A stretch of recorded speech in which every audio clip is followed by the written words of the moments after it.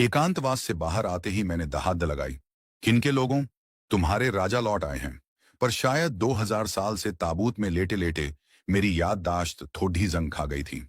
बाहर कोई प्रजा नहीं, बस कुछ डरे हुए व्लॉगर्स और यूट्यूबर्स खड़े थे जो मेरी एंट्री को लाइव स्ट्रीम करने के चक्कर में थे। लोंगहू पर्वत के उस बूढ़े ताओवादी देवदूत ने भी कतई देर नहीं की। जैसे ही मैंने अंगधाई ली, उसने 108 ऑर्डर जारी कर दिए। भाई, इतना एक्टिव तो हमारे यहाँ का नगर निगम भी नहीं होता। उधर ड्रैगन साम्राज्य की सरकार को देखो, 500 भारी टैंक और 800 बमवर्षक विमान भेज दिए। मतलब एक कंकाल को डराने के लिए इतना डीजल फूंक दिया। इतना डर तो एग्जाम हॉल में इन्विजिलेटर को देखकर भी नहीं लगता। मैं अभी भी उस पुराने कांसे के ताबूत में लेटा हुआ था। आंखें खोली और भारी आवाज में कहा, 2000 साल मैं देखूंगा कि तुम बूढ़े पुजारी मुझे कब तक दबा सकते हो। मेरी आवाज गूंजते ही महल के टेराकोटा योद्धा ऐसे कांपने लगे जैसे उन्हें सैलरी मिलने वाली हो। उनके भाले टकराए, बंदूकें खदकीं। ऐसा लगा जैसे किसी ने मिट्टी के खिलौनों के बीच वाइब्रेटर फिट कर दिया हो। तभी ऊपर से उस जादुई उल्कापिंड की सुनहरी रोशनी निकली और सब कुछ ऐसे शांत हो गया जैसे क्लास में प्रिंसिपल के घुसते ही बैक बेंचर्स हो जाते हैं। फिर वही पुरानी घिसी पिटी आवाज आई, महाराज, आप भाग्य का उल्लंघन क्यों कर रहे हैं? किंतु कब का इतिहास की नाली में बह चुका है। मैंने तंज कसा। स्वर्ग का आदेश? हास्यास्पद। वह शापित स्वर्ग मेरे महान किन के पीछे हाथ धोकर क्यों पढ़ा है? झांग दाओलिंग बेचारा थोड़ी देर चुप रहा।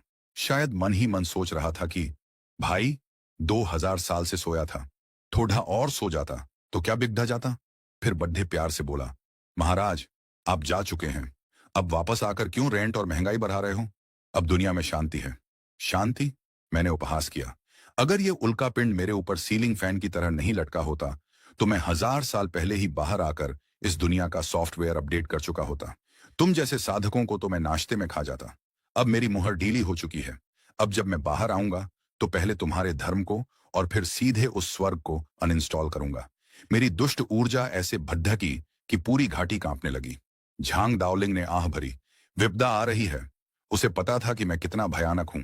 पर असलियत तो ये है कि 2000 साल पहले जब मेरा पुनर्जन्म यिंग झेंग के रूप में हुआ था, तब मैंने बहुत हाथ पांव मारे थे। 20 की उम्र में ही मैंने डाइट चार्ट बनाया, योग किया, प्रजा से इतना प्यार किया कि वो भी कंफ्यूज हो गए। पर किस्मत देखिए, इतिहास नहीं बदला। मैं दुनिया का वो इकलौता सम्राट हूं जिसने 2000 साल तक ओवरटाइम किया। फिर भी एम्प्लॉय ऑफ द मंथ का खिताब उस बूढ़े पुजारी ने जीत लिया। अब देखते हैं टैंक जीतेंगे या मेरा ये पुराना और धूल भरा ईगो।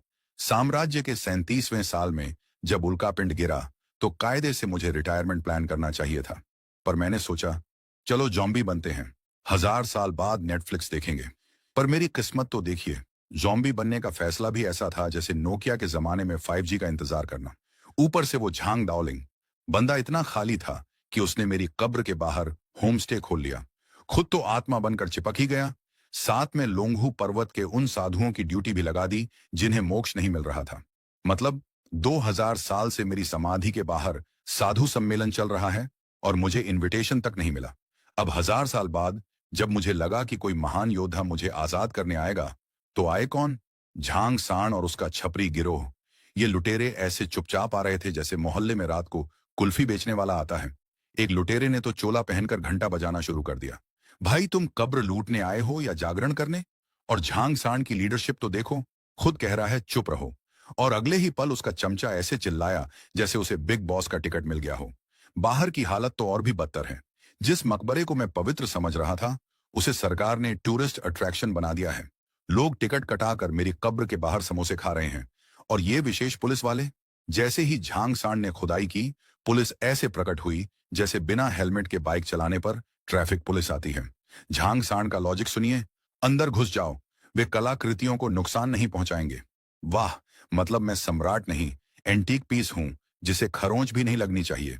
और वो जुआन कोंग जी, ताओवादी पुजारी होकर चोरों के साथ सुरंग में रेंग रहा है। भाई, तेरा गोल्डन शील्ड पुलिस की लाठी से बचाएगा या नहीं, ये तो वक्त ही बताएगा। अंदर बैठा वो बूढ़ा झांग दाओलिंग इतना डेस्परेट हो गया है कि चोरों को देखकर भी खुश हो रहा है। ओह, उत्तराधिकारी आ गए। अबे ओ बाबा, वो उत्तराधिकारी नहीं, तेरा लोटा और मेरा ताबूत बेचने आए हैं। वो राहत की सांस ऐसे ले रहा है जैसे उसकी शिफ्ट खत्म होने वाली हो। कह रहा है कि मुझे अभी दशकों इंतजार करना होगा। मैंने कांस्य फल की रोशनी में अपनी मंद मंद हंसी दबाई। बाहर पुलिस सायरन बजा रही है। अंदर चोर एक दूसरे को धक्का दे रहे हैं और एक बूढ़ा ताओवादी इन्हें भविष्य समझ रहा है। मैं बोला, झांग दाओलिंग, अगर ये तुम्हारे रक्षक हैं तो सच में दुनिया का अंत नजदीक है। मैं यहाँ 2000 साल से इसलिए नहीं लेटा था कि अंत में मुझे झांग सान जैसे जीनियस आजाद करें। पर चलो, कम से कम बोरियत तो खत्म हुई। अब मैं देखूंगा कि पुलिस की जेल में इन स्वर्गीय गुरुओं का ताओवाद कैसे काम करता है। झांग दाओलिंग, तू शांति की बात कर रहा था? बाहर देख, डिस्कवरी चैनल वाले मेरा लाइव टेलीकास्ट करने के लिए ओबी वैन खड़िड्डी कर चुके हैं। मैं यहाँ ताबूत में लेटे लेटे अपनी दृढ़ मुस्कान चमका रहा हूँ, ये सोचकर कि इन छपरी चोरों का इस्तेमाल करके मैं दुनिया फतेह करूंगा। भाई, मेरा स्टैंडर्ड इतना गिर गया है कि अब मुझे अपनी आजादी के लिए उन लोगों पर भरोसा करना पड़ीडीएच रहा है जो खुदाई के वक्त अपनी टॉर्च भी सीधी नहीं पकड़ दे सकते। और वो दयनीय योद्धा, उसे देखकर तो यमराज भी अपनी डायरी बंद कर दें। उधर लोंगहू पर्वत के वर्तमान दिव्य गुरु झांग किंगटियन का जलवा देखिए। ऊपर से फोन आया तो बंदा ऐसे भड्डका जैसे किसी ने उसकी सरकारी पेंशन रोक दी हो। तुम जो चाहो खा सकते हो, पर जो चाहो बोल नहीं सकते। वाह, क्या डायलॉग मारा है। ऐसा लग रहा है दिव्य गुरु कम और किसी ढाबे का मालिक ज्यादा बोल रहा है। मुकदमा करने की धमकी दे रहे हैं। महाराज, आप साधु हो या वकील? और जब पता चला कि मामला प्रथम सम्राट यानी मेरा है, तो भाई साहब की आंखें ऐसे फटी जैसे उन्होंने बिजली का बिल देख लिया हो।